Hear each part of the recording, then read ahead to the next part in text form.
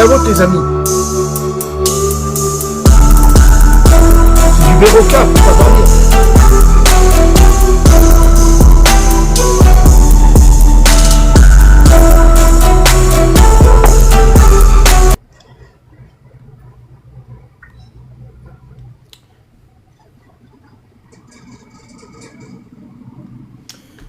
Bonsoir et bienvenue à tous les super auditeurs. En ce samedi 30 août 2025, on repart sur une nouvelle quotidienne en cette veille d'Olympico.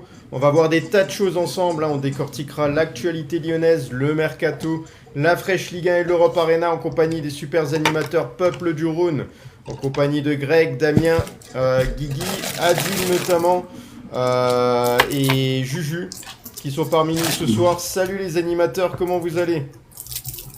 Salut, on est là. Ouais. Adil a toujours pas compris qu'on devait pas parler avant justement qu'il y ait l'introduction qui est faite. Ouais. Elle n'est pas terminée, mais je l'ai entendu déjà.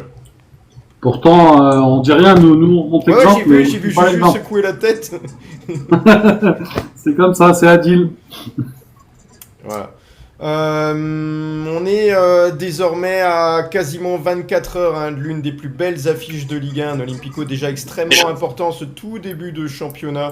Au terme de cette rencontre, on saura ce que vaut l'OL face à l'une des plus belles écuries de Ligue 1. Je me doute un petit peu de ce que Damien va dire, t'inquiète pas, je pense à tout. J'ai vu que tu as publié des choses, je sais également qu'il y a une breaking news à donner.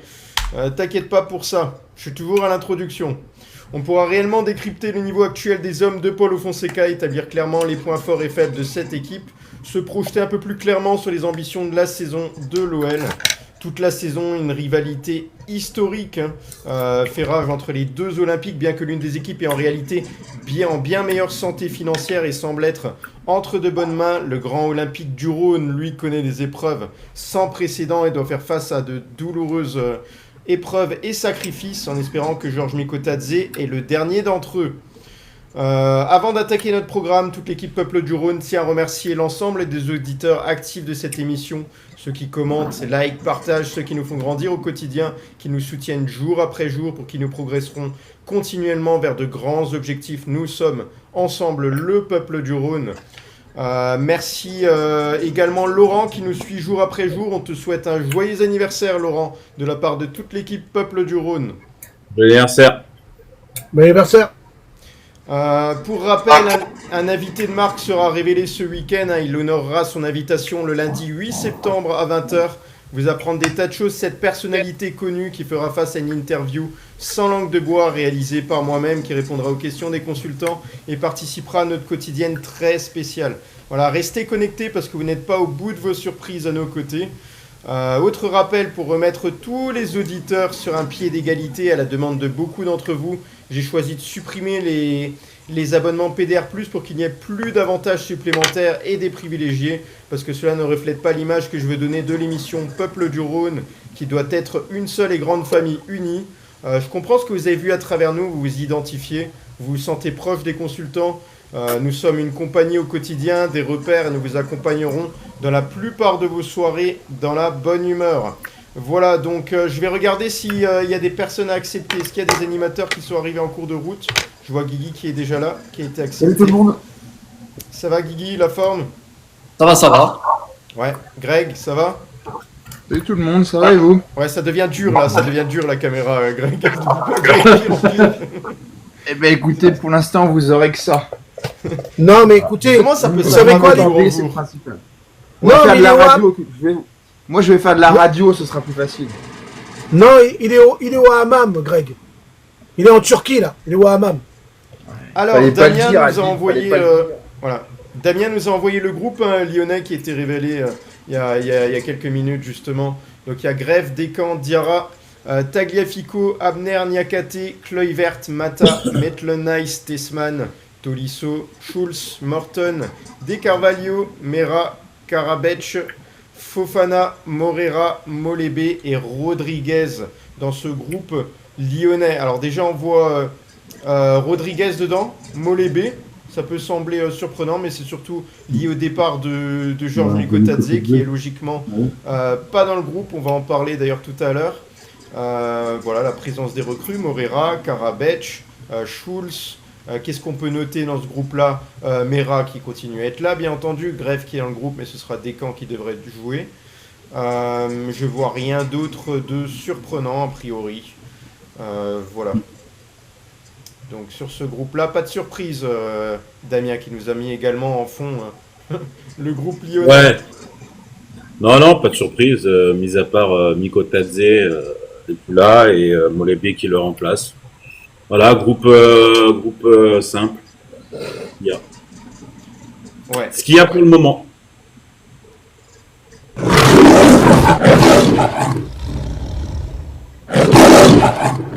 Petite breaking news, c'est Greg qui va nous donner l'information que tu nous as transmise dans le groupe. Que s'est-il passé là, côté Olympique Lyonnais sur la dernière heure? J'étais pas prêt, moi je m'attendais à une vraie breaking news. Bah, c'est toi qui as transmis. Je te l'ai écrit dans le groupe. Oui, mais je pensais qu'il y avait eu un truc qui était tombé maintenant. Non, bah pour ceux qui l'ont pas vu, c'est une information qui est de foot mercato. Alors c'est vrai qu'on les a un peu tensés depuis quelques semaines, mais c'est vrai que là ils ont été assez corrects, assez intéressants. Et ça peut être cohérent. L'OL se renseignerait sur William Boeing. C'est alors un attaquant danois du Sturm Graz, donc club autrichien. Alors attaquant danois alors moi je connais pas bien, hein, j'aurais pas les matchs du Sturm Graz, mais peu importe, je me suis un peu renseigné. Donc c'est un avançant danois donc de 22 ans, 11 buts la saison dernière, 8 passes en 30 matchs de Bundesliga. Bundesliga c'est le nom également du championnat autrichien. Voilà, il a donc 22 ans, il est sous contrat jusqu'en 2026 et il est évalué à 8 millions d'euros. Voilà. Il y a Mayence qui est dessus. Ils ont déjà fait 2 offres. J'ai pas les montants, mais ils ont déjà fait 2 offres refusées. Donc voilà, à voir si l'OL va creuser cette piste. Mais en tout cas, voilà, ça peut être une piste intéressante. Ouais, Adil qui rigole, on fait sursauter des chats à la maison apparemment avec les breaking news. Donc voilà, merci pour cette information. On va la décrypter. Non, c'est pas ça. C'est pas ça, Adil. Non, c'est pas ça. Non. C'est le cousin de Boeing. La compagnie Boeing. Parce que là, vous avez parlé de Boeing. C'est son cousin ou quoi? Non mais putain les gars, on a ras-le-bol. J'arrive déjà pas à dire Tagla Fico. Maintenant il va falloir sortir des Boeing. C'est quoi ce bordel?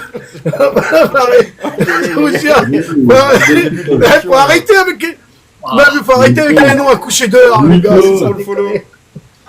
Le pauvre Adil, respecte-le, ce petit Danois de 22 ans. Ça va, c'est pas compliqué à dire. Hein. Boeing ou Boving, alors ça va. Et 2 syllabes, ça va aller. Dis Boving. Bientôt. Non mais bientôt on va se croire à Dallas, sans déconner. Bon. Et oui, juste un truc. Ouais. J'ai vu parce que le Sturm Graz est en train de jouer et il est pas dans le groupe. Voilà. Ouais, donc, alors c'est pas forcément pour l'OL, hein, mais c'est que son club sait que c'est un joueur entre guillemets bankable avec une valeur. En plus, son contrat se finit bientôt. Donc voilà. Donc en fait, Sturm Graz est totalement ouvert à discuter. Hein, sinon, il serait dans le groupe. Voilà. Voilà, donc on va continuer. On a des tas de choses justement à voir ensemble. Donc déjà, première information que je vais vous donner pour cette soirée. Lassine Diarra et Alfonso Moreira qui ont été sélectionnés. Voilà, donc la liste des Lyonnais retenus en sélection s'allonge. Ils sont désormais une dizaine avec Lassine Diarra, Alfonso Moreira, appelés avec le Mali et le Portugal Espoir. Voilà, donc il y a des joueurs qui sont partis, qui étaient eux-mêmes internationaux. Désormais, on compte Nicolas Tagliafico, Pavel Schulz avec la République tchèque, Malik Fofana avec la Belgique, Kalis Mera avec la France U20, Enzo Molébé avec la France U19, Théo Barisic avec la Croatie Espoir. En Afrique, on a aussi Moussa Niakate avec le Sénégal, Clinton Mata avec l'Angola et Lassine Diarra. Voilà. Donc on a quand même pas mal d'internationaux côté lyonnais. On a quand même une belle liste de 10 joueurs les concernant. Concernant Lassine Diarra, en fait, lui est convoqué avec le Mali, donc il participera aux éliminatoires de la Coupe du Monde 2026. Rendez-vous contre les Comores le 4 septembre et le Ghana le lundi 8 septembre. Pour Moreira, qui ralliera les U21 du Portugal. Il participera au début des qualifications pour l'Euro Espoir 2027 face à l'Azerbaïdjan et l'Écosse le 9 septembre. Voilà pour ces informations-là. On va attaquer l'information de la soirée. Oui, de hier soir et également aujourd'hui. On a appris que Mikotadze, ça arrivait aujourd'hui, a dit au revoir à l'OL et à ses coéquipiers. C'est ce samedi matin, au lendemain de l'accord de transfert trouvé avec Villarreal. Mikotadze a salué une dernière fois le vestiaire lyonnais sans pouvoir retenir ses larmes. Il passera sa visite médicale ce week-end en Espagne, demain normalement. C'est bien ça, les gars? Ouais. Breaking news. Ah. Alors. Oh, faut... Alors, calmez-vous. C'est bon, il a fini ton lion là? Merci. Calmez-vous, ça concerne pas le mercato. Par contre, le calendrier de la phase de Ligue Europa est sorti, donc je vais vous le donner. Le 25, donc 25 septembre, déplacement à Utrecht aux Pays-Bas. Voilà. Le 2 novembre, réception du... Là, ils ont mis le FC Salzbourg au Groupama. Le 23, qu'on appelle ça, donc novembre, réception du FC Bâle. Voilà. On ira au Betis Séville le 6... le 6 novembre. Pardon, c'est octobre, hein, le 2 octobre, 23 octobre, pardon. Ok. On ira donc à Séville le 6 novembre. On ira au Maccabi Tel Aviv, donc je pense que ce sera à mon avis en Hongrie parce que ils ont souvent tendance à jouer leur match à Budapest, étant donné qu'il y a la guerre, c'est un peu compliqué. Donc le 27 novembre. Le 11 décembre, réception des Go Ahead Eagles, le club néerlandais. Voilà. Ensuite, donc bonne année tout le monde. Le 22 janvier, et c'est là que j'en parle rapidement, mais donc déplacement à Berne face aux Young Boys. Comme on l'a mis sur les réseaux sociaux, en fait il y a un petit souci sur ce match. Les Young Boys ont un sponsor principal maillot qui est interdit en France. Voilà. Et en fait, Canal+ et aucune autre chaîne française n'a pas le droit de diffuser le match.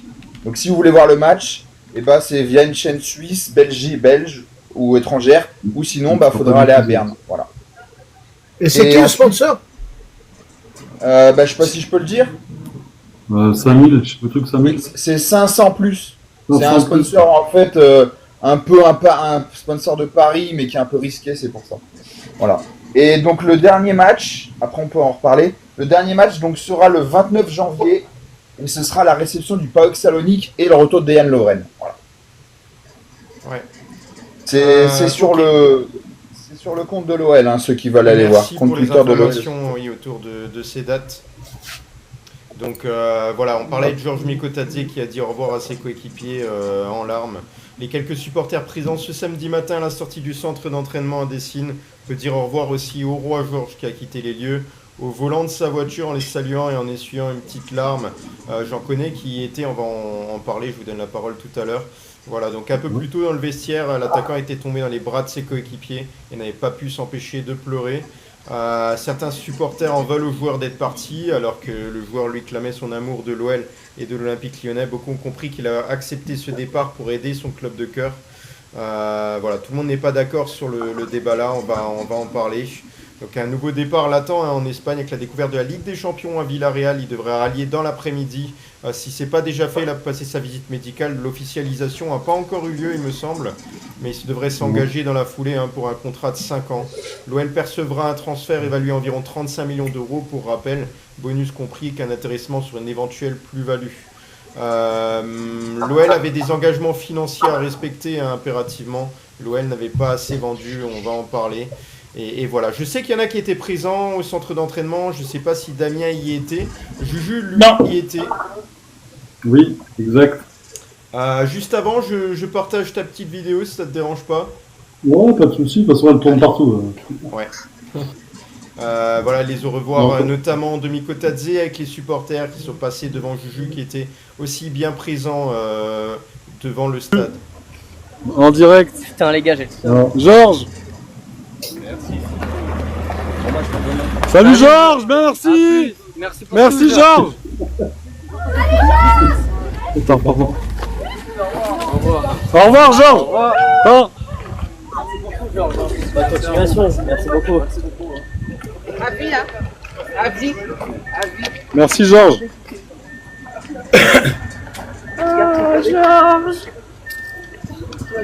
Non, non, Georges. Courage. Merci, salut. C'est ton fils qui Eh, est, t'as dit- qui t'as est dit- à côté de toi T'as dit, Juju t'as dit, Hein? C'est ton fils qui est à côté de toi là qui parlait aussi il y avait un Ah enfant. non, c'était deux jeunes filles qui étaient là, qui étaient fans de Mikotadze et elles avaient les larmes aux yeux à côté de moi. Ouais. Hmm. j'ai entendu George, pas George, George. Aïe, aïe. Bon, commence pas toi. Non, mais non, Toi t'as commencé fort. c'est ce que j'ai entendu. Ouais, voilà, on a eu la chance de l'apercevoir, ouais. Voilà. Voilà, on va faire un rapide point là-dessus. Je vais essayer de m'exprimer par rapport à ça, chacun donnera son point de vue. Je vois beaucoup de vidéos qui tournent par rapport à Georges Mikotadze, des supporters qui y sont très attachés. Moi les gars, j'ai quand même quelque chose qui me dérange. Je vois des vidéos notamment d'hommages qui sont faits, comme s'il avait fait la carrière d'Alexandre Lacazette du côté de l'Olympique Lyonnais. Je trouve ça un petit peu gros quand même. Certes, il a clamé son amour pour l'OL. Maintenant, paraît-il, aux dernières nouvelles, que même si l'OL était dans l'obligation de vendre, que le joueur avait le mot final. Donc, il y a une décision qui a été prise. Il a peut-être fait pour le bien de l'OL, mais moi, je retiens pas un joueur non plus comme l'un des joueurs qu'on peut retenir justement du côté de l'Olympique Lyonnais, parce que c'est pas suffisant ce qui s'est passé du côté de l'OL. Il a seulement été une saison. Moi, je suis pas marqué. J'aime bien le joueur, mais je pensais qu'il ferait des mains et des pieds, en tout cas, pour rester. On entendra peut-être plus parler. Il y a peut-être des éléments que j'ai pas. Mais moi, j'ai pas envie, les gars, de faire une vidéo d'hommage. J'ai pas envie de faire tout ça. C'est qu'une saison à l'Olympique Lyonnais. Et il y a beaucoup de joueurs qui méritent d'être placés là avant lui, avant de faire un hommage quelconque. Qu'est-ce que tu en penses, toi, Damien ? Moi, je suis du même avis que toi, niveau sportif. Maintenant, moi, ce qui me gêne énormément là-dedans, c'est la com dans le corps du club. Et ça, je vais pas le digérer, je crois, de la saison. J'en ai expliqué hier par rapport aux photos, par rapport à le mettre en valeur. Même à la boutique, on en a parlé avec Juju il y a 5 jours. Il y avait que des maillots de Mikotadze, il y avait rien d'autre en flocage. Enfin, c'est tout ça, ça me dérange énormément au sein du club. Maintenant qu'ils l'ont poussé à partir, oui, il avait la pression de partir, et oui, il s'est dit, je pense que si ça peut aider le club financièrement, j'ai pas le choix, parce que je pense que c'est pas un choix sportif, même si le Villarreal joue avec des champions, on sait tous que le Villarreal, c'est pas non plus le Barça ou le Real Madrid. Après, ce qui me gêne aussi, c'est le fait que il était déjà exclu dans les jeunes de l'OL et un an après, il est poussé à la sortie. Et ça me gêne énormément encore une fois parce que voilà, il prend cher, hein, parce que on sait qu'il voulait rester à l'OL quand même. Voilà, après on verra, il y aura peut-être des éléments cette semaine, un peu plus d'éléments. Je sais pas s'il en parlera lui-même. Mais non, il reste une visite médicale à faire, hein, donc voilà, on ne sait pas ce qui peut se passer à la visite médicale aussi. Hein. Ouais. Rappelez-vous de Noama qui est revenu vite fait. Hein. Donc voilà, on verra si ça va s'officialiser demain. Pour info, ça fait 1 heure qu'il est dans l'avion, hein, donc il a pris l'avion à Saint-Exupéry. Donc voilà, il est en route pour Valencia pour rejoindre Villarreal. Ouais. Juju, voilà, qu'est-ce que tu as envie de dire à Georges Mikotadze? Est-ce que tu as un message à lui faire passer? Bah moi je dis quand même merci, même si oui je suis plutôt de votre avis par rapport à ce que vous avez dit avant. Voilà, moi je trouve ça bizarre, ouais, c'est vrai que la façon dont il part, on saura peut-être plus tard si il a vraiment été poussé ou pas par le club. Ouais, ça fait un départ, ouais, je sais pas comment le définir, mais ça fait un départ bizarre quand même. Pour un joueur qui devait écrire l'histoire de l'Olympique Lyonnais à la place de Lacazette, ça fait un peu de juste. Adil. Après c'est comme ça, on sait que dans le football, pardon, je finis juste 2 secondes. On sait que dans le football, ça va vite, tout va vite, la preuve. Donc voilà. Adil, est-ce qu'on se souviendra, est-ce que toi tu te souviendras du passage de Georges Mikotadze dans quelques années sur la seule saison qu'il a joué du côté de l'OL? Ben non, mais moi je l'avais dit qu'il allait partir. Tout le monde m'a rionné quand j'ai dit qu'il allait partir. On m'a dit mais non, c'est l'attaquant, il peut pas partir. Il va partir. Moi, ce que je reproche à l'Olympique Lyonnais, c'est de ne pas avoir annoncé à tous les Lyonnais que finalement, c'est pas lui, c'est pas sa décision. Breaking Pourquoi news. il part, mais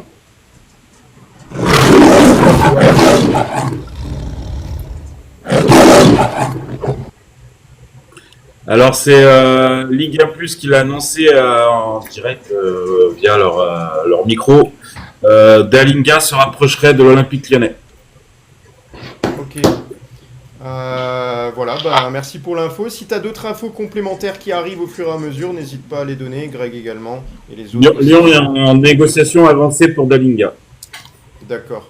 c'est Adil le Finalement, chat je vais noir. parler d'un Non, attends. autre joueur tout à l'heure. Je vais faire le portrait d'un autre joueur qui. J'ai pas fini. Ouais, je te donne la parole. Non, mais je continue pas mon programme, Adil. Je suis en train de parler par rapport à ce qu'il dit.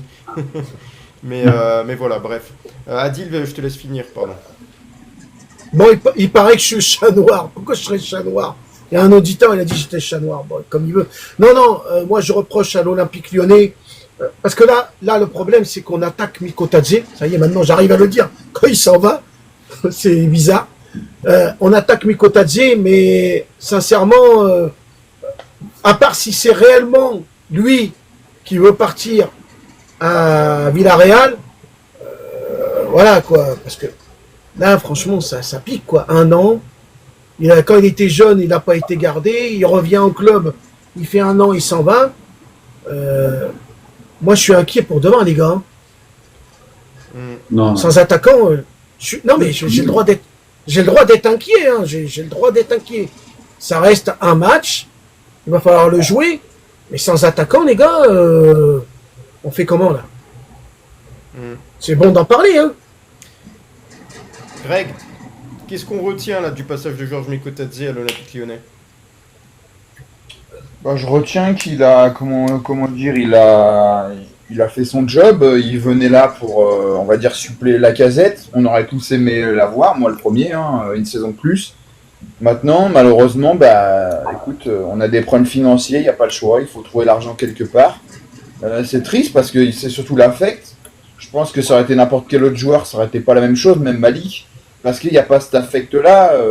Cette histoire qu'on a créée enfin pas créée de toutes pièces parce que c'est la vérité, hein. C'est quelqu'un qui est de chez nous, c'est quelqu'un qui est revenu, voilà. Mais ça a été l'histoire créée par le club. Et c'est vrai que le club je trouve que le club, alors certes le club devait vendre, mais je trouve que le club l'a fait un petit peu, c'est pas forcément hyper correct de la part du club, quoi. C'est vraiment aller très très vite, enfin voilà. Donc je trouve que c'est un peu, même Fonseca, sincèrement, c'est pas.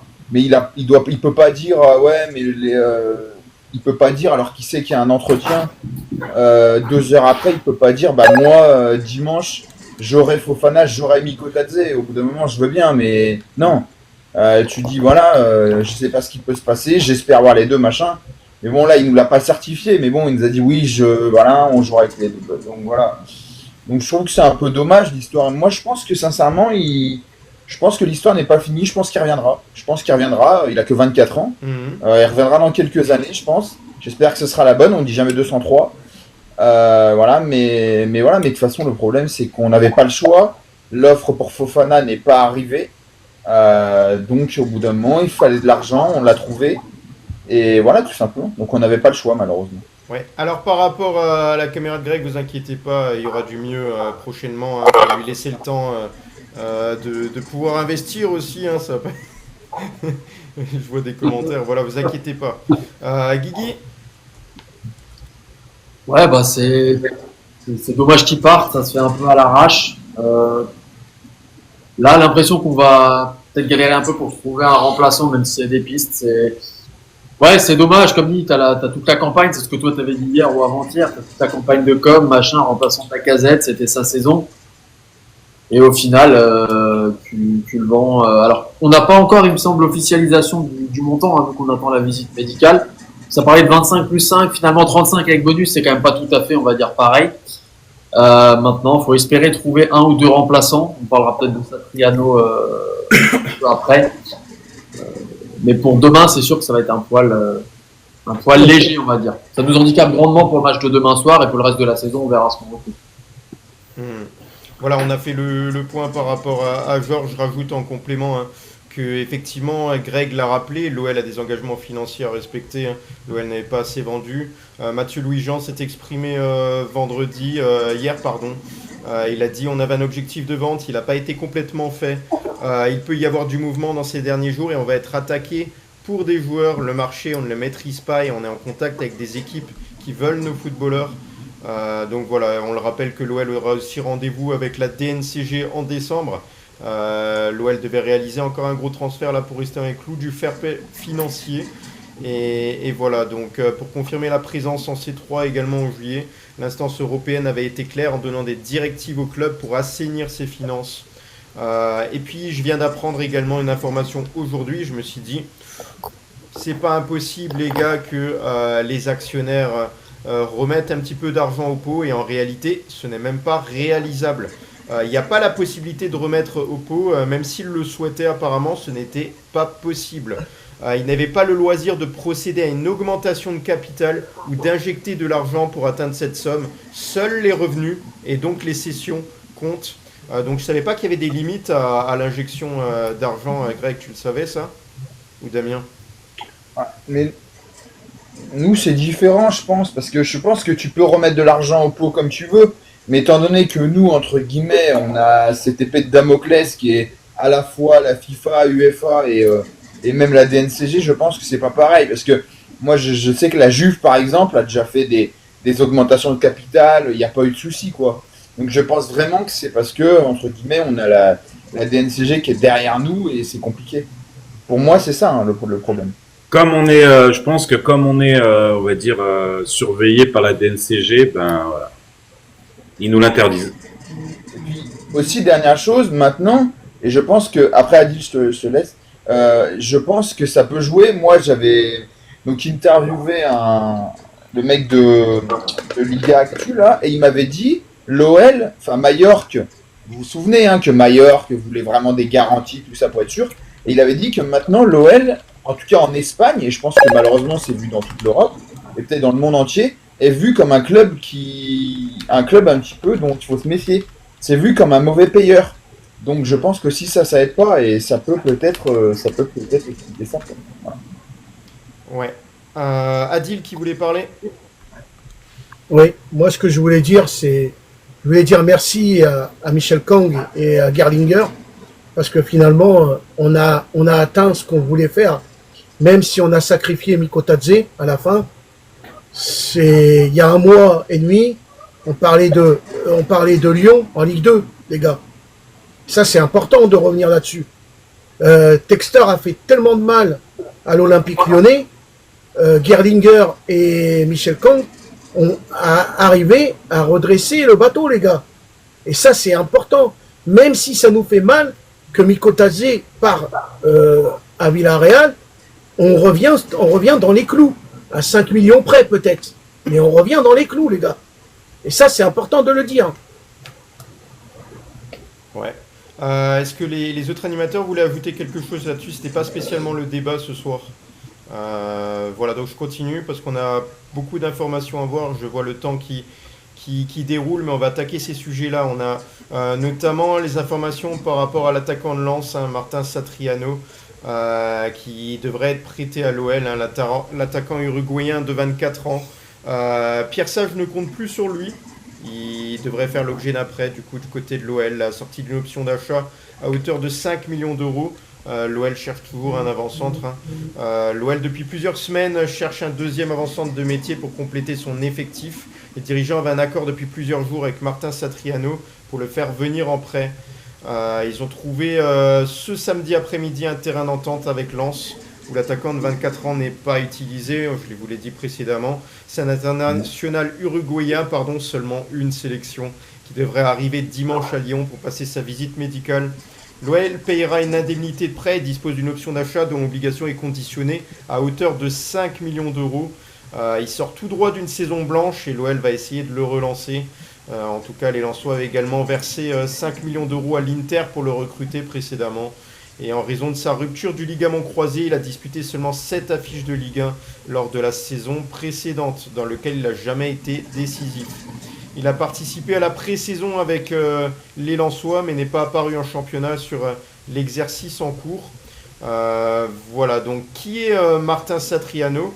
Eh ben, c'est un footballeur professionnel uruguayen qui est né le 20 février 2001 à Montevideo. Il évolue au poste d'avant-centre, je vous ai dit actuellement Jersey Lens. Il est actuellement sous contrat jusqu'en juin 2029.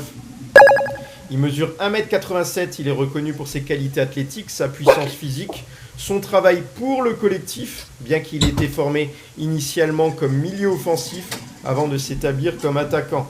Au niveau de sa carrière, alors il a été formé au club national à Montevideo. Il a rejoint l'Inter Milan en janvier 2020 à l'âge de 19 ans. Voilà, il s'y distingue avec 14 buts en 30 matchs lors de la saison 2020-2021.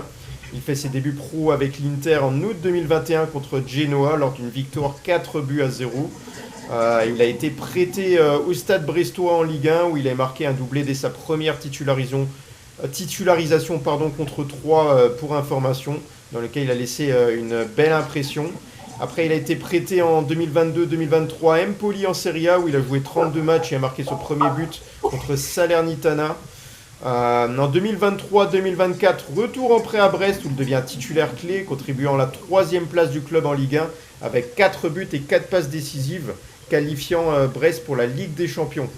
Lors de la saison précédente, on le sait, voilà, prêté hors Lens avec une option d'achat obligatoire en cas de maintien en Ligue 1 qui a été levée. Sa première saison à Lens est marquée par une grave blessure, rupture du ligament croisé antérieur du genou gauche, en septembre 2024 contre Nice. Et ça l'a tenu éloigné des terrains pendant 6 à 8 mois. Il a fait son retour à l'entraînement en avril 2025 et a rejoué seulement le 4 mai 2025 lors d'une victoire 2-1 contre les gars, l'Olympique Lyonnais. Bon. Au niveau du profil et du style de jeu, c'est apparemment dans son style de jeu. Les gars, on parle pas de qualité, je parle vraiment style de jeu. Il est comparé à Luis Suarez et il est polyvalent, il excelle comme point d'appui et efficace dans les duels aériens. 62 duels gagnés en 2023-2024 lors de cette saison-là. Il s'est distingué par sa combativité et son sens du collectif. Il était également éligible pour représenter l'Italie grâce à ses origines, mais il a choisi l'Uruguay. Il avait intégré une liste préliminaire de 50 joueurs pour les qualifications à la Coupe du Monde 2026. Voilà, donc la situation actuelle, on l'a dit, la blessure. Des rumeurs avaient évoqué précédemment l'Olympique Lyonnais avec ce joueur-là. Voilà que c'est confirmé. Donc il ambitionne de briller, bien entendu, de remonter la pente. Et l'Olympique Lyonnais se lance dans de nouveaux défis, de nouveaux paris pour relancer des joueurs. Comme l'a dit Guigui hier, on n'a pas d'autre choix que donner, on va dire, de faire des paris, de prendre des joueurs en prêt et de voir ce que ça peut donner aux recruteurs de prendre les meilleurs joueurs possibles. Voilà, sur ce joueur-là, qu'est-ce que vous en pensez, les gars? Damien, est-ce que tu es séduit par le joueur-là ou tu penses que c'est un gros pari risqué? Ah, j'aime bien tes mots, Olivier. Séduit. Il a même pas encore mis le pied encore à Bron ou à Saint-Exupéry, donc voilà, on verra si je serai séduit au bout de 10 matchs. Petite précision, le prêt est payant de 1 million d'euros. Okay. Un prêt payant 1 million d'euros plus 5 millions d'euros d'option d'achat si on veut l'acheter. À Brest, j'ai bien aimé. Enfin, c'est un joueur qui est combatif. C'est un Sud-Américain, donc voilà, ça reste un joueur combatif. Maintenant, à l'heure actuelle, on ne sait même pas son niveau au lieu de sa blessure, quoi. Enfin, il a eu une grave blessure l'année dernière. Maintenant, s'il arrive à son niveau, ça peut être intéressant. De là à faire toute une saison Europa League Ligue 1, je suis pas si sûr que ça. Avant de demander les analyses des autres animateurs, restez avec nous, les gars, parce que je vais continuer ma publicité. Je prends des risques, les gars, mais on verra notamment quelques informations concernant le joueur, une vidéo également. Donc voilà, je vous ferai ça tout à l'heure, mais juste avant, Juju, qu'est-ce que tu penses de ça? Est-ce que c'est un joueur qui qui te plaît en tout cas dans le profil? Bah après, ouais, je l'ai pas trop, je le connais pas trop en fait, hein, pour être honnête. Ouais, en gros, il a fait, si je comprends bien, il a fait la préparation avec Lens là depuis sa blessure, Ouais. depuis les ligaments croisés, et voilà, il a pas repris en fait. Il n'a pas joué en Ligue 1. Il a pas repris la compétition, donc voilà, on va. Et Pierre Sage ne veut pas de lui apparemment. Bah oui, et puis Steele, je crois que non plus avant, Pierre Steele n'était pas fan de lui, je crois. Donc Ok. c'est un gros pari risqué quand même pour nous. Après, bon, en changeant de club, il peut changer aussi un petit peu, mais bon, ça va être un retour. Il va jouer, il va être accompagné avec Noama, donc voilà. Ouais. Adil, On verra. Qu'est-ce que vous voulez que je vous dise? est-ce que tu avais suivi Maintenant, ce on amène passage des joueurs. déjà du côté de Brest? Non, j'ai pas suivi. Non. Ok. Mais bon, je sais pas quoi vous dire. Je le connais pas. Ok. Je sais pas quoi vous dire. Si déjà Pierre Sage dit que il veut pas le garder, c'est qu'il y a une raison. Ouais, mais c'est par rapport à l'effectif aussi en cours. Ouais, je pense. Oui, mais bon, écoute. Greg? Écoute, en doublure, moi je trouve que c'est une bonne idée, tout simplement. Faut pas oublier que l'OL aujourd'hui a très peu de moyens. Moi j'entends des gens, oui, mais c'est nul, mais oh, les gars, rendez-vous compte, il n'y a pas de moyens. En fait, Il y a tu pas fais de que les moyens moyens, du ouais, bord. Faut arrêter de. C'est fini l'OL il y a 15 ans, machin. Ou Ouais, non. les transferts Bah, à Jean 30 l'a millions, dit, il n'y aura pas de transfert à plus de 10 millions. Là, c'est même pas plus de 10 millions, là, c'est un prêt. Donc là, il n'y a pas le choix. En fait, tu prends vraiment le moins pire. Donc moi, je trouve qu'en doublure, c'est une bonne idée. Après, c'est toujours pareil.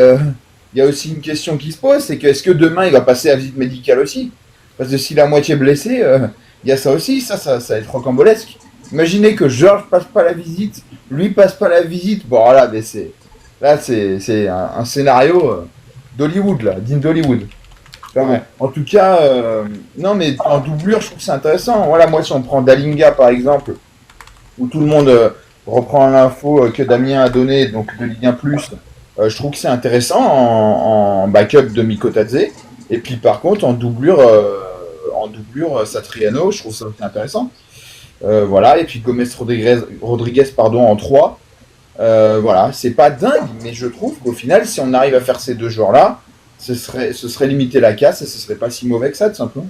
Surtout qu'en plus, un genre de la tête, un genre bon de la tête, on en a pas et ça fait bien longtemps qu'on en a pas eu. Si la Casette n'est pas mauvais de la tête, mais je veux dire, Dalinga, par exemple, c'est un joueur qui est grand, qui est assez costaud, un peu un point d'appui, un pivot. Alors après, il y a Dalinga et Dalinga. Hein. Si c'est le Dalinga de Bologne, c'est pas très intéressant.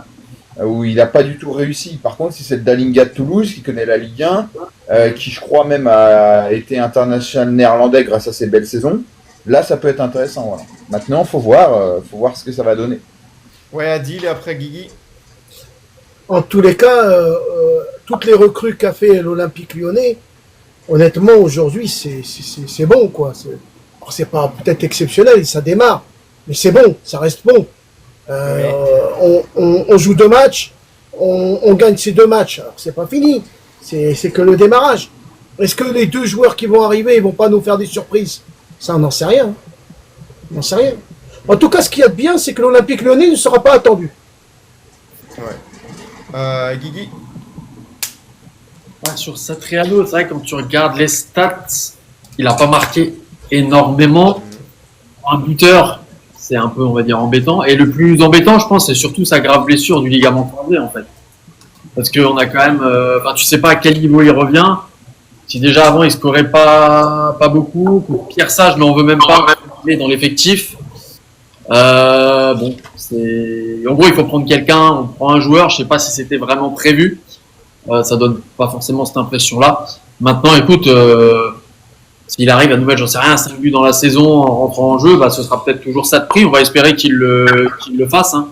Le ligament croisé, quand même, il n'y a pas énormément de joueurs qui en reviennent indemnes. Hein. Souvent, tu as quand même une grosse chute de niveau. Donc ça, c'est quand même peut-être le plus inquiétant dans son cas à lui. Maintenant, visiblement, on avance sur un autre joueur. De toute façon, il faut qu'on avance d'ici lundi. Hein, donc ça va être vite fait.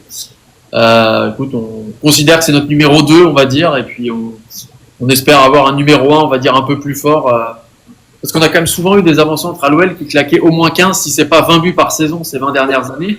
Ça peut nous faire drôle. Si le numéro 1 passe pas 10 buts, ça peut être beaucoup plus dur, quoi. Faut quand même un mec qui score entre 10 et 15 buts, ça me semble être un minimum si tu veux faire un top 10 ou un top 6, sinon c'est compliqué. Ouais, je suis d'accord avec ça. Voilà, alors pourquoi l'OL justement a choisi de se focaliser aussi sur ce joueur-là? Alors c'est déjà faute de moyens aussi, mais c'est aussi les qualités collectives du joueur. Beaucoup de combativité, on le sait, un passage à Brest également, il est capable de faire les efforts physiques, hein. On le sait par contre qu'il revient de blessure, donc ça peut être peut-être un peu plus compliqué, je sais pas. Il a un jeu de tête quand même. Il me semble qu'il a la qualité des deux pieds, en tout cas sur les frappes. Il a aussi la capacité de déborder, il a un peu de vitesse. Et voilà, je vois des qualités en lui. Voilà, pouvoir marquer des deux pieds, ça peut être intéressant. Sa combativité, je trouve qu'il a beaucoup de rage dans son jeu.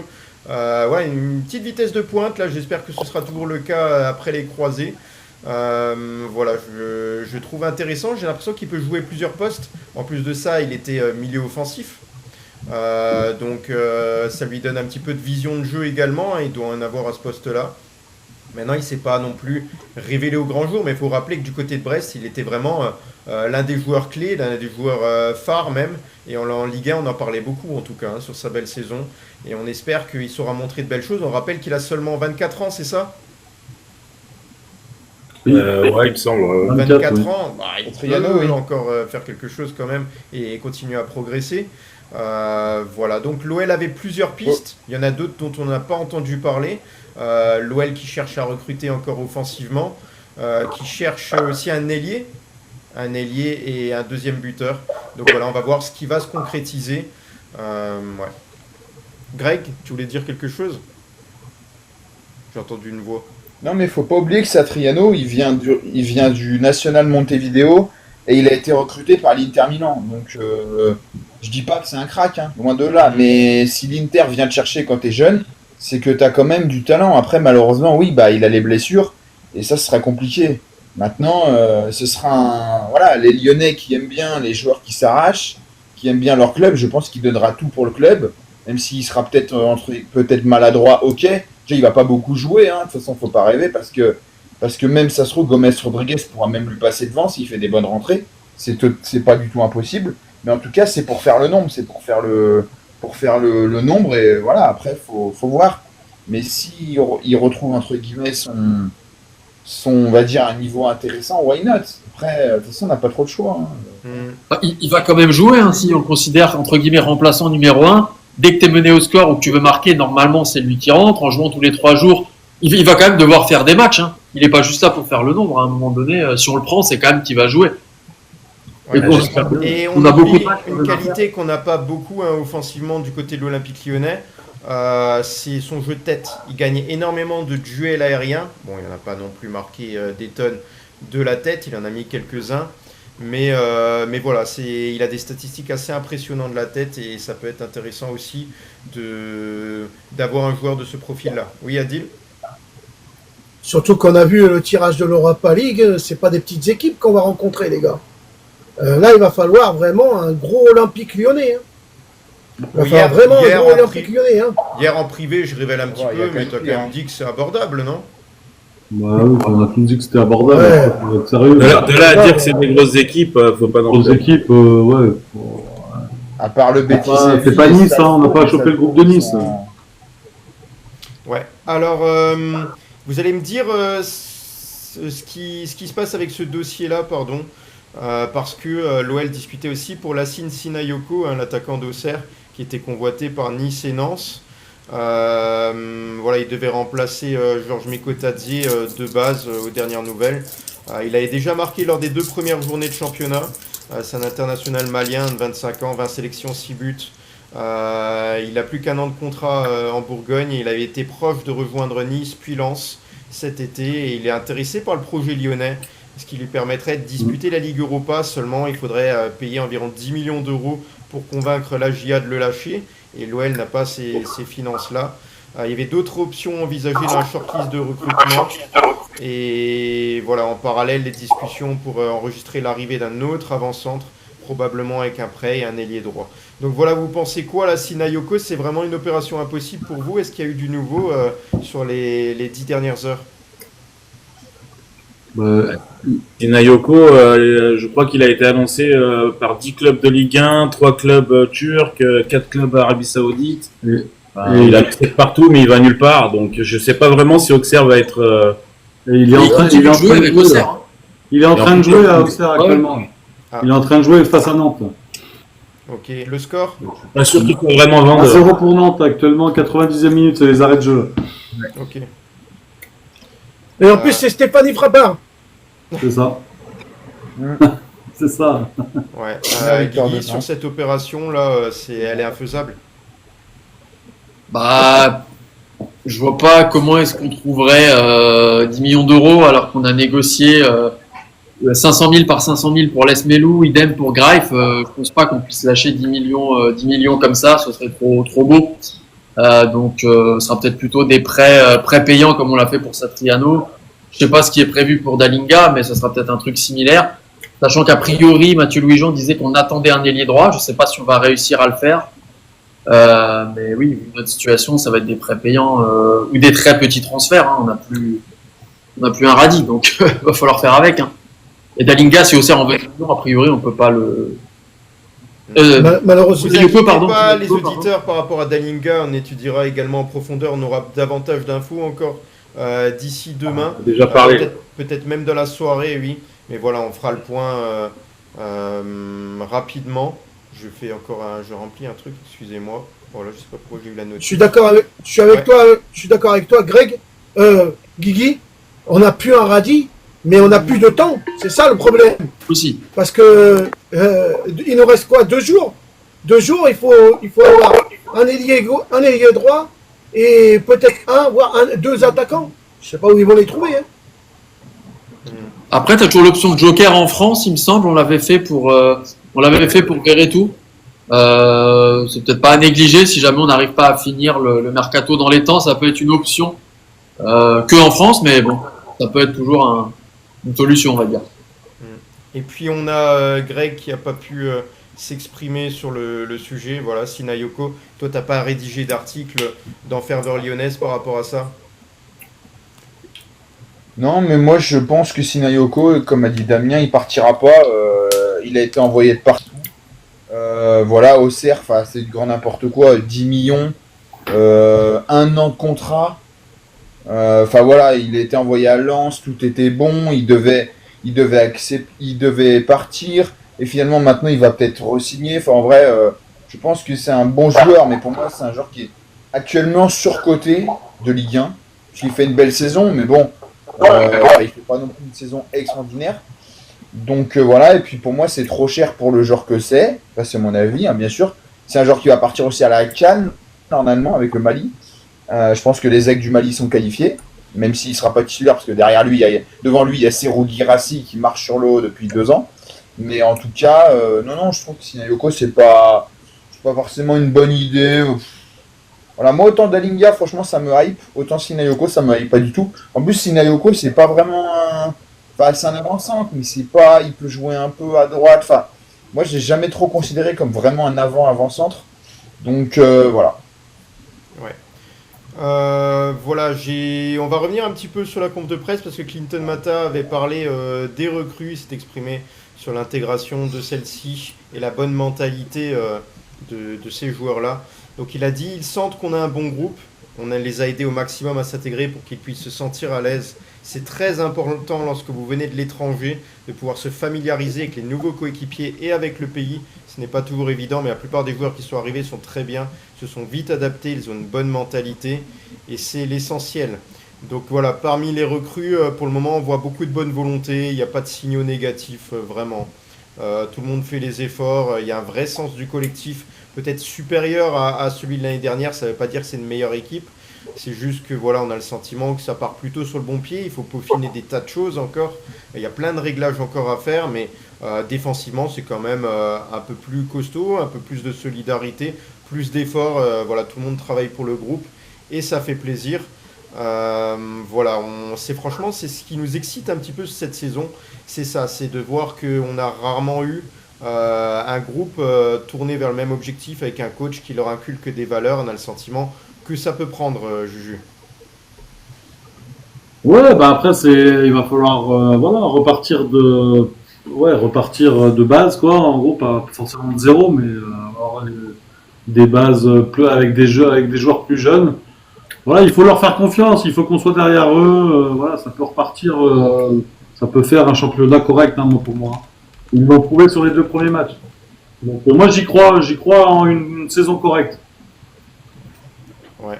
Et Deserbi, lui, s'était également prononcé en conférence de presse et il a choisi d'encenser Fonseca et de mettre en lumière le recrutement lyonnais. Donc voilà, on rappelle qu'il y a des similitudes de parcours là, entre les deux entraîneurs, Paulo Fonseca et Roberto Deserbi. Possèdent quelques points en commun. Ils ont par exemple dirigé le Shakhtar Donetsk tous les deux. Fonseca entre 2016 et 2019, Roberto Deserbi de 2021 à 2022. Donc Deserbi a dit on avait fait une grande partie là-bas. Pardon, concernant l'Olympico, je ne vous ai pas précisé. On avait fait une grande partie là-bas, nos supporters s'en souviendront toujours. On doit respecter Lyon, ils ont très grand coach. Ils ont perdu des joueurs, mais ils ont bien recruté. Ils ont plus de points que nous, il faudra faire un très grand match pour gagner. Voilà, donc Roberto Deserbi sait que ça va pas être facile. Adil, comment tu sens cette rencontre-là qui est déjà dans 24 heures? Bah moi, je vais vous dire sincèrement, au loto-foot, j'ai mis les 3.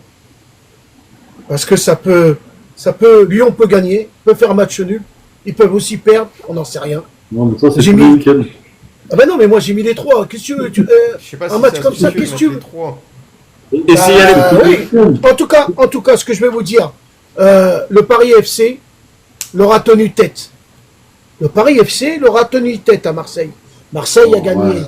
peut-être 5, mais moi je dis que Lyon normalement devrait gagner. Mais après, si j'avais une boule de cristal ou si j'avais une théière, je la frotterais et je lui dirais allez Lyon, on va gagner. Non mais moi je voudrais pas savoir si tu lisais l'avenir, c'est pas intéressant de suivre le foot alors que tu lis l'avenir. Ah oui. Ta passion n'est plus la même. Hein.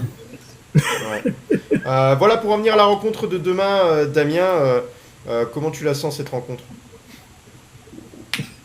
Tu seras au stade. Encore une bonne question. Ouais, non, on sera pas mal au stade, la plupart. Comment je la sens? Bah écoute, j'espère que les joueurs vont être motivés. S'ils sont pas motivés pour un match comme ça, comme je dis à chaque fois, qu'ils arrêtent leur métier ou qu'ils aillent jouer à FIFA, ça sera mieux. Mais non, c'est un match à part. Alors, Adil parlait que le Paris FC a fait mal à Marseille, mais un Lyon-Marseille n'est pas un Marseille-Paris FC, c'est un match à part. Voilà, l'année dernière, on a perdu ces 2 matchs-là. Donc voilà, peut-être qu'il y a comme disent les gens, une revanche. Pour moi, il n'y a pas de revanche, parce qu'il y a 3 ans, c'est pareil, on leur a mis une clim chez eux, avec Depay, 3 ou 4 ans, je sais plus, mais c'est un match à part. Voilà, on a très bien démarré. La force, pour l'instant, du début de saison, pour moi, c'est le collectif qu'on a, que Fonseca est en train de mettre en place. Alors oui, on a perdu notre numéro 9, mais voilà, si le collectif travaille tous ensemble pour ce match, avec l'Agnac, avec un stade en feu, ça pourrait le faire. Donc voilà, le plus important, c'est le collectif. C'est dans le football, c'est le collectif. Il y a pas à chier. Ouais. Juju, de quoi faut-il se méfier là côté marseillais dans cette confrontation? Est-ce que voilà, il y a des choses sur lesquelles il faut faire attention? Et si tu avais des conseils à donner à Paulo Fonseca, qui n'a nullement besoin de tes conseils d'ailleurs. Ouh là là, ouais, non. Non, aucun conseil à donner à Fonseca, tu dis? Oui, si tu veux. Ah, j'ai compris de Verbi, moi. Si t'as un conseil, conseil rappelle Mikotadze, tu lui dis. Non, conseil, faut jouer, faut marquer, et puis il faut gagner. Ouais. Voilà. Ouais, bah du coup, Adil, là, sur ton loto foot, voilà, j'espère que t'as dit, hein, tu vois Lyon gagnant. J'ai mis un ticket avec Lyon et match nul. Ouais. J'ai mis un ticket avec les 3. Avec Tu fais ça à chaque journée défaite et Lyon victoire, c'est ça? Bah oui, j'ai mis les 3. Ça marche. Et du coup, tu fais ça à chaque journée ou comment ça marche? Et s'il y a les prolongations, Adil, t'as perdu. Perdu. Mais il n'y a pas de prolongation en Ligue 1. Ouais. Voilà, Greg, est-ce que tu pourras assister à la conf de presse ou pas? Non. Non, moi je suis au stade, mais je serai pas accrédité pour le match. Par contre, je serai au stade, ouais, j'ai mon abonnement, donc j'irai au stade. Greg, t'es confiant? C'est un match Non, parce que- particulier. Non, Greg, je sais que toi, t'es quelqu'un de juste et qui dit la vérité. Est-ce que t'es Ah, confiant? nous, on dit pas la Non, vérité. non, on je, est pas- non, je D'accord. parle pas des gens de... Je parle pas des... Je parle pas des gens du peuple du Rhône. Il y a beaucoup de Mais c'est public. vrai que... D'accord. Attendez. C'est un grand journaliste, Greg. Greg, Ah, grand. ouais, Grand il est grand. journaliste déjà, après grand peut-être. Non, non, Encore la taille. Voilà, ça y est, c'est nous. Non, mais je suis confiant, oui et non. C'est-à-dire que je peux pas te dire que je suis confiant. Tu viens de perdre ton meilleur attaquant. Voilà. T'es contre une équipe de Ligue des Champions. Donc non, je suis pas confiant. Maintenant, je vois qu'il y a des problèmes dans cette équipe. Ils ont aussi beaucoup de galères, et on en parlera dans la Fresh Ligue 1, à recruter. Ils ont des blessés. Medina n'est pas là. Pac Chao n'est pas là. Donc non, je suis pas confiant, mais je suis pas non plus pessimiste. Malheureusement, bon, bah, voilà, moi je pense qu'on va en parler, mais je pense que ce sera Schulz en numéro 9. Moi, c'est lui que je mettrais, entre guillemets, pour dépanner. Donc, non, je suis pas confiant. Maintenant, j'ai confiance en mon équipe. Il y a Morton, par exemple, que j'attends avec impatience pour voir ce qu'il va faire face à une vraie grosse équipe. Le public, donc, si tous les ingrédients sont réunis, on peut peut-être gagner. Maintenant, moi, sincèrement, si je devais donner mon pronostic, alors je donne pas mon pronostic pour MPP, mais je donne pas mon score, mais pour mon pronostic, je verrai un nul, moi, par contre. Un nul avec Voilà. des buts. Petit rappel avant l'avis de Guigui. Demain, j'anime l'avant-match. Il y aura un avant-match. Il y aura un débrief à la mi-temps. Il y aura un débrief en fin de match. Adil, tu seras là ou pas? Pour l'avant-match, en tout cas. Oui, je vais être là avec toi, oui, t'inquiète pas. Ouais, c'est top. Voilà. Ce sera, Il y aura ça sera à quelle heure? simultané, par rapport au nombre qui est au À stade quelle heure? également, en simultané, il y aura À une quelle heure? antenne qui sera organisée. Donc les auditeurs pourront parler hein, et participer au débat également. Ce sera à 20h. Ce sera à 20h. Et puis Ouais, il y aura ouais. un débrief à la mi-temps et en fin de match pour ceux qui peuvent y être. N'hésitez pas, je vous ferai participer. Les gars, il est à 20h45 le match, attention demain. Ouais, je sais. Donc, Ouais, il y en a qui bossent. le temps encore, que tout le il y en a qui monde, bossent. le temps que tout le monde fasse au truc. Mais il faut pas oublier aussi que au-delà de ça, il y a quand même, ça me fait entre guillemets peur, c'est que c'est Abner demain, enfin logiquement, à moins que Fonseca nous sorte, nous ait menti ou on va dire, on fait de l'intox, mais c'est Abner qui va se retrouver contre Greenwood. Et ça, c'est pas la même chose. Donc il y a ça aussi, je peux pas, voilà. Maintenant, les deux équipes ont des qualités et des défauts. Donc voilà. Et même défensivement, les deux équipes, pour moi, elles sont pas dingues. Nous, défensivement, c'est la même défense que l'an dernier. Donc c'est un peu mieux. Mais bon, malgré tout, contre Lens, Descamps fait un super match. Voilà. Et puis moi, Metz derrière, bon, bah, c'est une équipe, c'est un promu. Et Marseille aussi, défensivement, c'est très compliqué. Ils prennent 2 buts contre le PFC. Ils en prennent un à Rennes. Donc voilà, défensivement, c'est compliqué. Mais je pense qu'il y aura des buts en tout cas. Qu'est-ce qu'il y a, Adil? Qu'est-ce qui se passe encore? Greg, quand t'as parlé de Fonseca et que t'as dit une surprise, j'ai pensé tout de suite à un coucou. Un coucou. Il est pas dans le groupe. Oui, alors, non, ça serait Ouais, pas possible. mais surprise à Kouakou. Un Kouakou ne veut pas bouger de Lyon. Bah, la belle surprise, ce serait qu'il a, il y a Saragosse, c'est très beau Saragosse, c'est magnifique. Ah, mais c'est il les ne images, veut pas c'est- bouger de Lyon. Ça serait Ouais. une belle surprise. Allez, Guigui n'a pas pu s'exprimer sur le match de demain. Qu'est-ce que tu as envie de se dire? Un Olympico, là, voilà, t'es d'accord avec moi, c'est l'une des plus belles affiches de Ligue 1. Est-ce que tu la mettrais à la première place, toi aussi? Première place, ouais, dans la mesure où la plupart des matchs contre le PSG ont perdu un intérêt pour tout le monde parce qu'on se fait piler quand même chaque année, il faut être clair. Là, au moins, tu as des matchs avec un peu plus d'intérêt. On a quand même perdu les 5 derniers matchs sur 6. Marseille a un recrutement Ligue des Champions et affronter Guéry, Greenwood, c'est quand même autre chose que l'attaque de Lens et Metz. Donc ça, je pense que ça va quand même être beaucoup plus compliqué. Maintenant, vu qu'on a gagné les 2 premiers matchs de la saison, même un nul dans l'absolu, c'est pas dégueu. Hein. Ah Un oui. nul dans l'absolu, ce serait pas un trop mauvais résultat. Si on fait 7 sur 9, honnêtement, je pense qu'on aurait tous signé pour ça il y a un mois, vu où on en était. Maintenant, non, ça va quand même être beaucoup plus dur que les 2 premiers matchs, faut en avoir conscience. J'ai pas regardé le groupe de Marseille. leurs absents, par exemple Rabiot, il est pas dans le groupe du coup finalement? Écoute, par rapport à la liste de Marseille, normalement j'avais quelques infos. Je regarde ça, je ne l'ai plus. C'est bizarre où sont Ils passés l'ont sorti, ces le groupe notes-là. Voilà, côté marseillais, il y a des absents: Adrien Rabiot, Facundo Medina, Georges Kondogbia et Igor Paxao ne devraient pas être là. On a également... alors, je ne sais pas si ça vient du groupe ou pas, cette information. Je ne sais pas du tout. Et voilà, Miko Tadzi, on l'a dit, côté lyonnais, logiquement. Et puis, on a également l'ailier droit, Noama. Est-ce qu'on a un autre absent côté lyonnais? Joujou nous avait fait une feuille en plus. Mangala du coup. Mangala, voilà. Mangala. Ouais. Non mais juste. Diawara, Non mais si Marseille a des absents, enfin, Diawara aussi. faut mieux les jouer maintenant parce que là ils finalisent quand même pas mal de recrutement de quelques joueurs. Donc le temps que ça prenne, au retour chez eux, ils seront peut-être quand même beaucoup plus en forme. Ouais, un nul avec des buts, c'est peut-être pas impossible parce qu'ils ont quand même pas une défense qui est incroyable, eux non plus. Maintenant, la question chez nous, c'est qui va foutre des pions, parce que l'absence de Miko, au moins pour demain, fait quand même mal.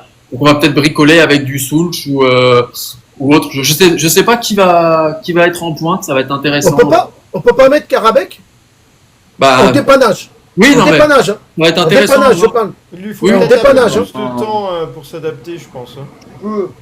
Tu Il y a peux les jeunes, toujours Rodriguez laisser à son poste et- Karabec, pour moi, Oui. il sera à droite. Moi c'est Schulz, hein, je suis pratiquement sûr. Ok.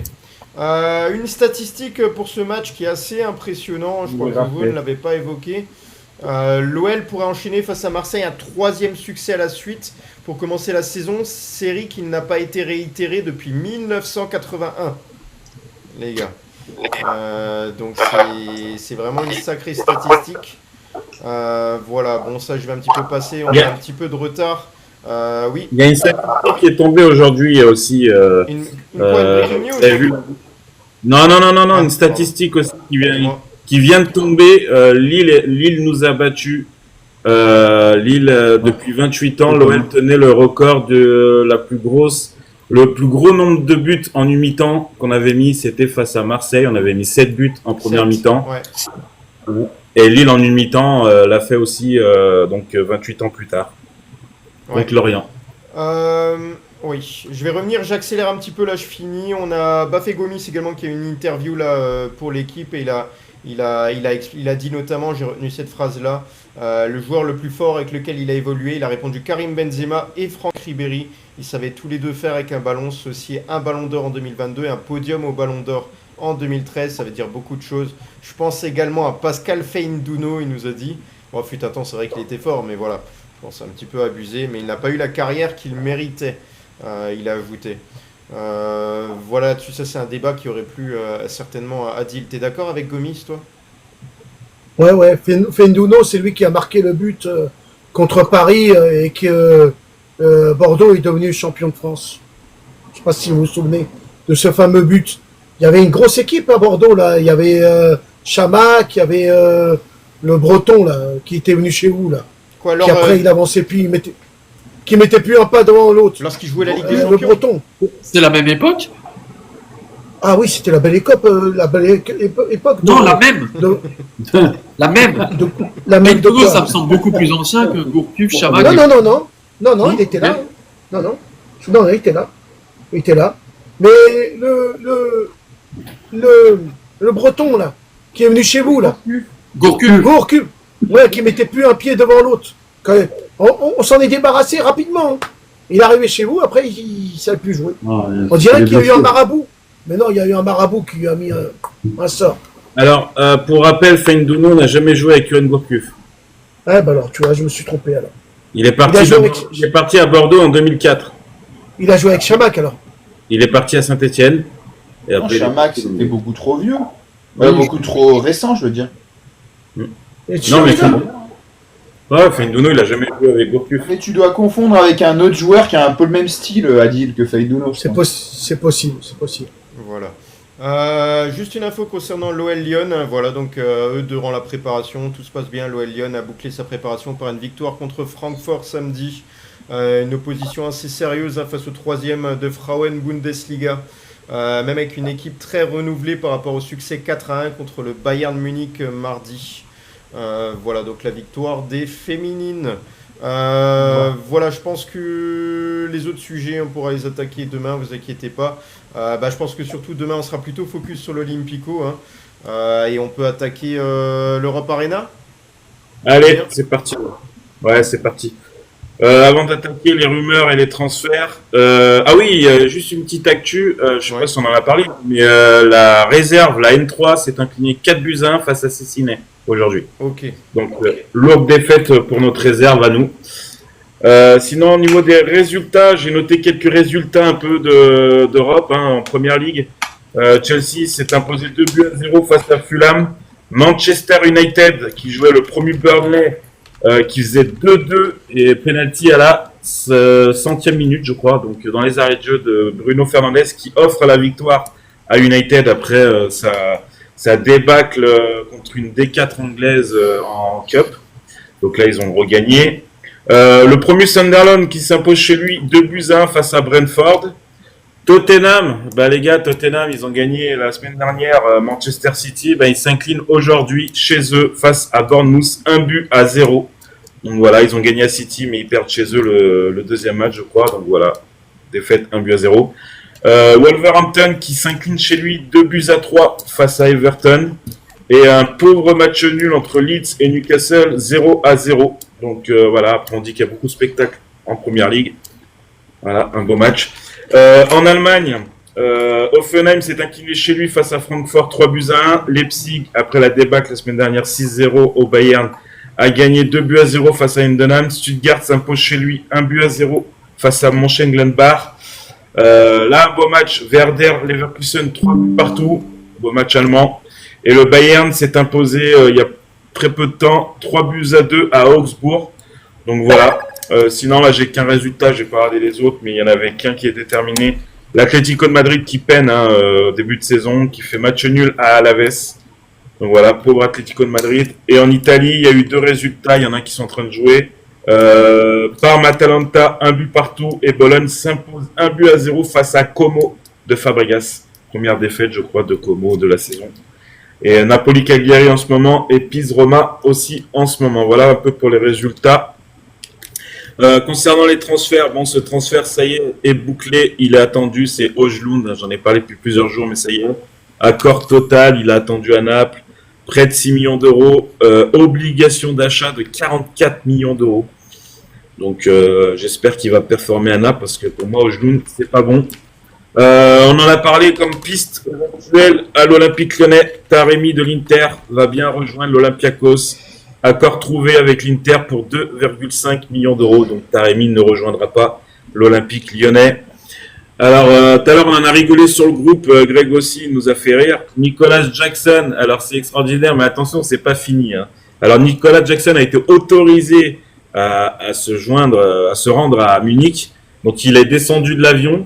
Il y avait un accord sur un prêt de 15 millions d'euros. Sauf qu'à la descente de l'avion, on lui a dit tu peux retourner à Chelsea, ton transfert est annulé, car en fait, dans le match Chelsea-Fulham, Liam Delap s'est gravement blessé, donc ils ont annulé le transfert.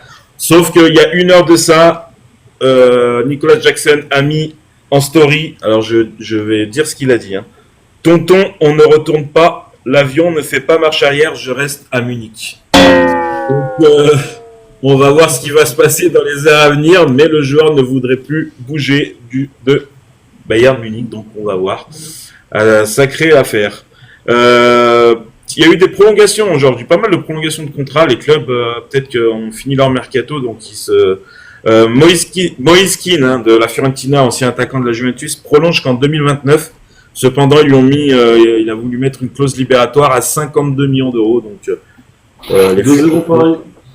Hein 2-0 2-0 Paris. Ouais. Déjà Putain, mais ça va. 9e minute, 2-0. Ouais, bon, c'est réglé. Konrad Harder, il va s'engager à Leipzig, un accord trouvé, donc le joueur qui devait signer à Rennes, du coup, n'ira pas à Rennes et va bien s'engager à Leipzig. Pourtant, c'était pas le club qui lui proposait le plus, mais le joueur veut rejoindre la Bundesliga et Leipzig. Nkunku, ça y est, hein, officiellement aujourd'hui, la photo a été officialisée par le Milan. On en parle plus souvent. Contrat jusqu'en 2030, 37 millions d'euros plus 5 millions d'euros de bonus. Voilà, un nouveau joueur à Milan. Jérémy Sarmiento, joueur de Brighton. Alors, ils ont pas mal de petites pépites quand même, Brighton. Là, ils l'ont prêté à Cremonese en Serie A. Donc, voilà, joueur qui sera prêté par Brighton, qui prête beaucoup de joueurs. Un attaquant que j'ai beaucoup aimé l'année dernière en Belgique, c'est Aroko Daré. Je crois qu'il a été fini meilleur buteur de Belgique, si je ne me trompe pas. Joueur de Genk.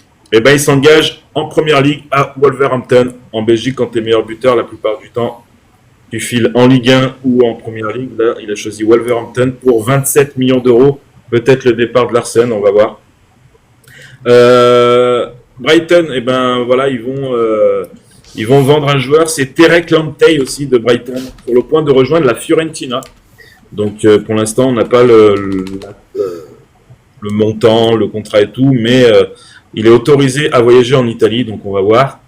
Attaquant de Gérone, Miowski s'engage aux Glasgow Rangers, comme Glasgow a perdu Igaman qui a mis un doublé. Il est rentré, il a mis un doublé avec Lille aujourd'hui.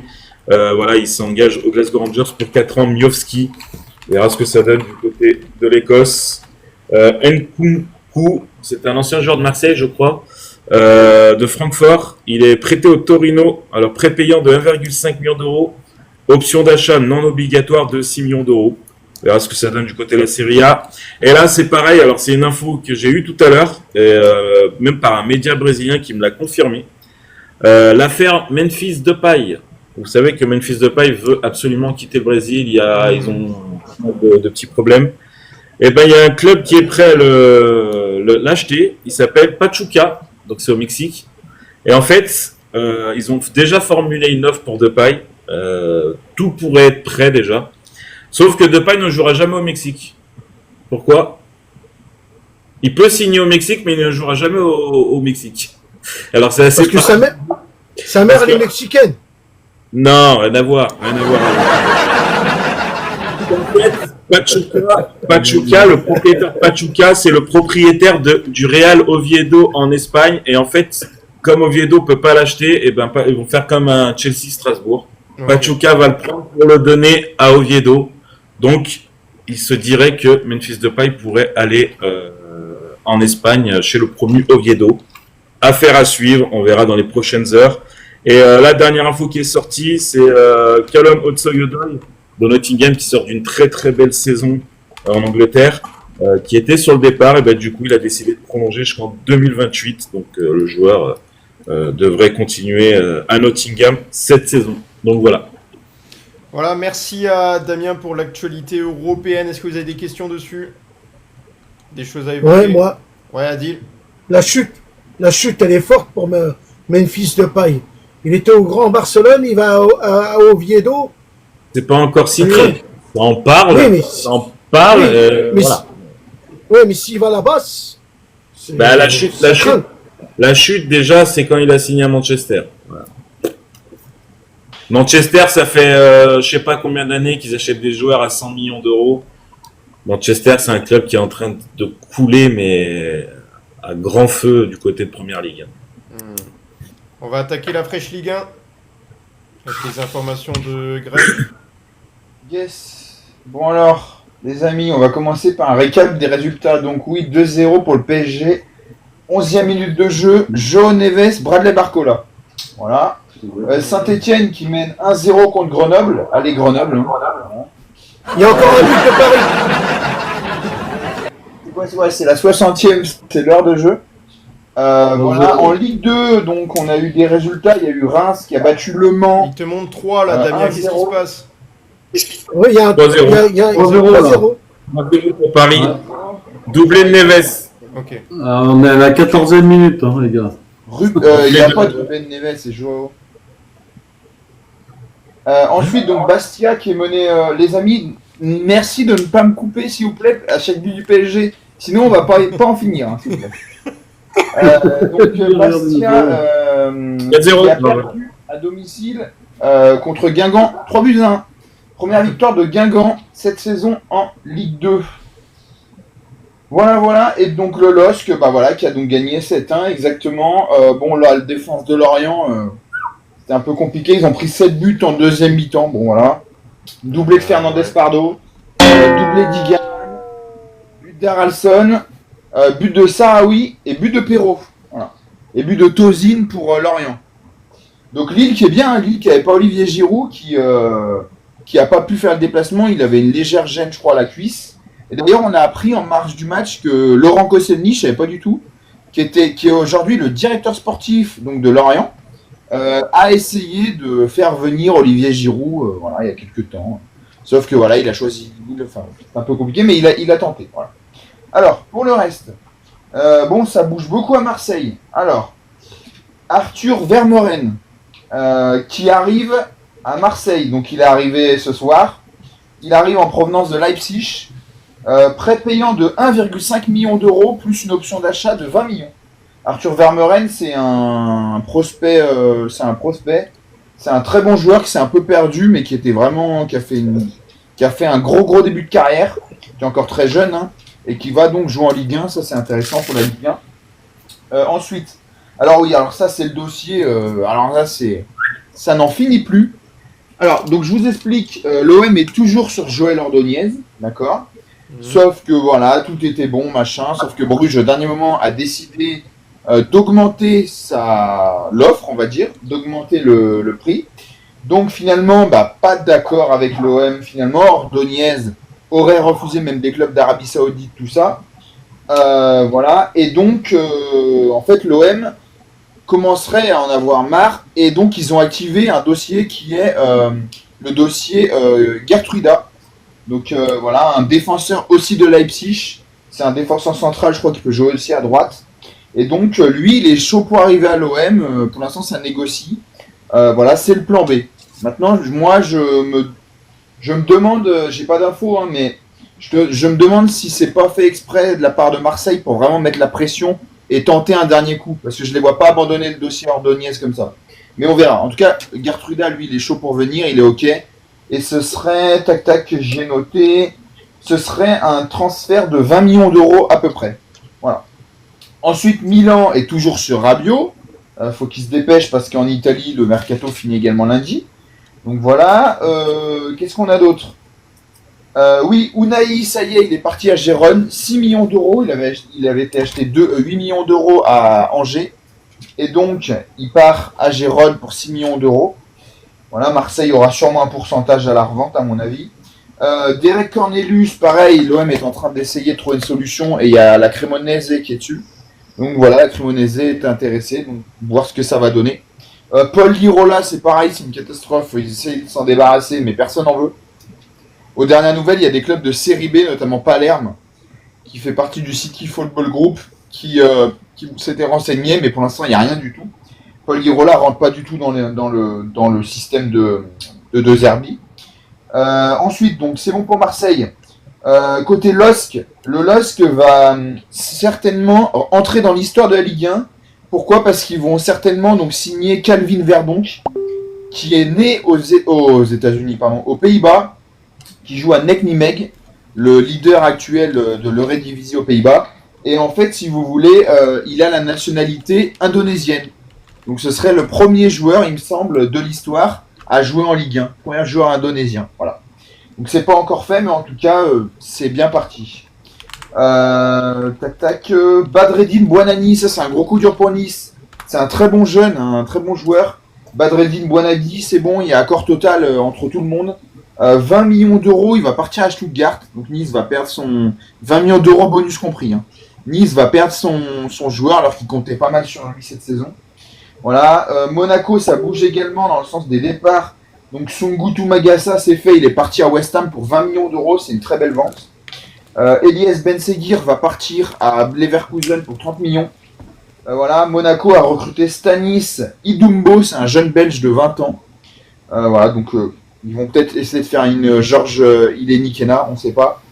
Mais Monaco est en train de maintenant se pencher sur le recrutement de très près. Parce qu'ils ont perdu quand même un défenseur. Ils ont perdu donc Benseguir. Donc là, ils vont accélérer. Maintenant, ils ont de l'argent frais. Donc voilà. Surtout qu'en plus, donc Rennes. Alors ça aussi, c'est un dossier rocambolesque. Alors Rennes, ça fait quoi ? Ça fait plusieurs semaines qu'on parle de Konrad Harder.